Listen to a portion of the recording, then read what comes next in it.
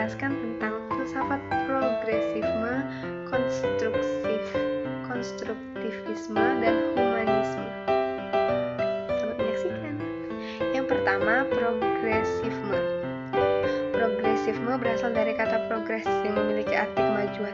Progresisme merupakan suatu aliran yang menekankan bahwa pendidikan bukan hanya sekedar pemberian sekumpulan pengetahuan kepada peserta didik, tetapi hendaklah berisi aktivitas-aktivitas yang mengarah pada pelatihan kemampuan berpikir mereka sedemikian rupa sehingga mereka dapat berpikir secara sistematis melalui cara-cara ilmiah seperti memberikan analisis. Progresisme merupakan teori yang dianggap baru di dunia barat dalam sejarahnya, bahwa progresisme di bidang pendidikan merupakan bagian dari gerakan reformasi sosiopolitik yang lebih luas di Amerika Serikat pada abad ke-19 dan awal abad ke-20 sebagai akibat industrialisasi besar-besaran di Amerika Serikat. Dalam bidang politik dipelopori oleh R.L. Follett dan W. Wilson yang mencoba mengembangkan demokrasi politik, sementara dalam bidang sosial diperoleh oleh James Adams yang mengadakan gerakan peningkatan kesejahteraan masyarakat. Munculnya aliran progresisme dalam bidang pendidikan sebagai reaksi untuk menentangnya sistem pendidikan konvensional yang dianggap tradisional, konspektatif, yang menekankan metode pembelajaran instruksional, menekankan pada mental learning, dan menekankan pada kemampuan baca tulis peserta didik. Dalam konsep progresisme, bahwa pendidikan bukanlah sekedar mentransfer pengetahuan kepada peserta didik, melainkan melatih kemampuan dan keterampilan dengan memberikan rangsangan yang tepat kepada mereka. Progresisme merupakan suatu gerakan dalam bidang pendidikan yang dipelopori oleh John Dewey. Sejak kelahirannya, aliran ini berusaha menanggapi secara positif tentang pengaruh-pengaruh yang bersumber dari ilmu pengetahuan dan teknologi. Adapun tokoh-tokoh aliran progresisme yaitu yang pertama ada William James, meyakinkan bahwa otak atau pikiran, aspek dan inteleksi organik harus mempunyai fungsi biologis dan nilai kelanjutan hidup. Dia mengarahkan agar fungsi otak atau pikiran itu dipelajari sebagai bagian untuk membebaskan ilmu jiwa dan prakunsi teologis dan menempatkan diri di atas dasar ilmu perilaku. Yang kedua ada John Dewey. John Dewey mengungkapkan bahwa teori filsafat pragmatisme yang diukur dengan standar rasional. Teori Dewey tentang sekolah adalah progresisme, lebih menekankan pada anak-anak didik dan minatnya dari mata pelajaran sendiri. Maka muncullah child-centered culture dan child-centered school. Progresisme mempersiapkan hak masa kini dibandingkan masa depan yang belum jelas. Lalu yang ketiga ada Hans Becker. Menurut Hans, kata tahu hanya mempunyai arti praktis. Persesuaian dengan objeknya tidak mungkin dibuktikan. Satu-satunya ukuran bagi berpikir adalah gunanya untuk mempengaruhi kejadian-kejadian di dunia. Lalu yang kedua, konstruktivisme.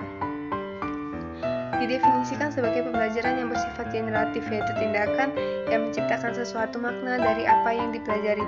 Konstruktivisme juga dapat diartikan sebagai suatu filsafat pengetahuan yang memiliki anggapan bahwa pengetahuan adalah hasil dari interaksi mereka dengan objek, fenomena, pengalaman, dan lingkungan mereka. Tokoh-tokoh konstruktivisme yaitu Jan Piaget, Lev Sementi, lalu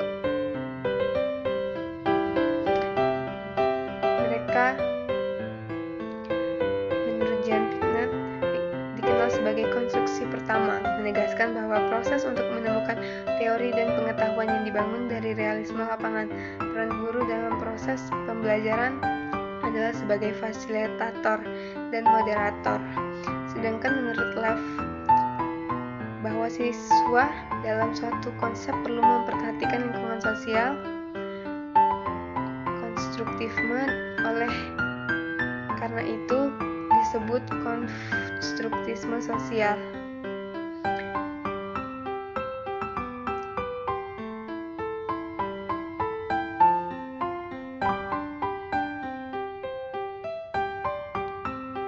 Prinsip teori belajar menurut aliran konstruktivisme adalah: yang pertama, pengetahuan dibangun oleh siswa sendiri; yang kedua, pengetahuan tidak dapat dipindahkan dari guru ke murid kecuali hanya dengan keaktifan murid sendiri untuk menalar; lalu yang ketiga, guru sekedar membantu menyediakan sarana dan situasi agar proses konstruksi belajar lancar; yang keempat, menghadapi masalah yang relevan dengan siswa; dan yang terakhir, mencari dan menilai pendapat siswa.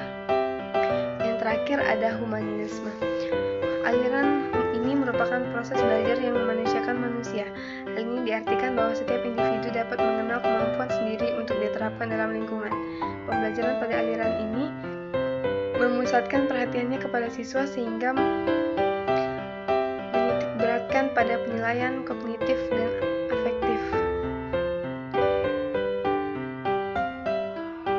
Tokoh-tokoh humanisme yaitu yang pertama ada Arthur Combs dengan Donald Young menyatakan bahwa belajar terjadi apabila mempunyai arti bagi individu tersebut. Artinya bahwa dalam kegiatan pembelajaran guru tidak boleh memaksakan materi yang tidak disukai oleh siswa, sehingga siswa belajar sesuai dengan kemampuan tanpa ada paksaan sedikit pun. Sebenarnya hal tersebut terjadi tak lain hanya dari ketidakmampuan seseorang untuk melakukan sesuatu yang tidak akan memberikan kepuasan bagi dirinya sendiri. Yang kedua ada menurut Maslow. Maslow mengemukakan bahwa individu berperilaku dalam upaya untuk memenuhi kebutuhan yang bersifat hiatris pada diri masing-masing. Orang mempunyai berbagai perasaan takut seperti rasa takut untuk berusaha atau berkembang, takut untuk mengambil kesempatan, takut membayangkan apa yang sudah ia miliki sebagainya. Tetapi di sisi lain, orang juga punya dorongan untuk lebih menuju ke arah keutuhan, keunikan diri, kepercayaan diri menghadapi dunia luar, dan pada saat itu juga ia dapat menerima diri sendiri. Lalu yang terakhir menurut Carl Rogers, seseorang psikologi humanisme yang menekankan perlunya sikap saling menghargai dan tanpa prasangka dalam membantu individu mengatasi masalah-masalah kehidupannya. Menurut Rogers, yang terpenting dalam proses pembelajaran adalah pentingnya guru memberikan prinsip pendidikan dan pembelajaran. Demikian presentasi saya kali ini. Jika ada kata-kata yang salah, saya mohon maaf. Terima kasih.